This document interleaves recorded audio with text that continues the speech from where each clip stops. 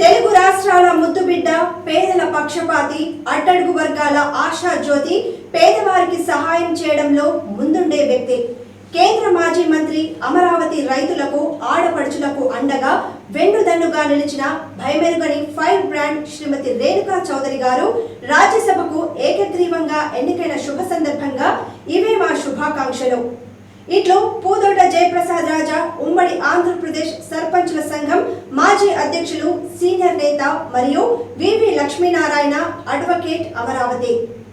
తెలుగు రాష్ట్రాల ముద్దుబిడ్డ, పేదల పక్షపాతి, అట్టడుగు వర్గాల ఆశా జ్యోతి, పేదవారికి సహాయం చేయడంలో ముందుండే వ్యక్తి.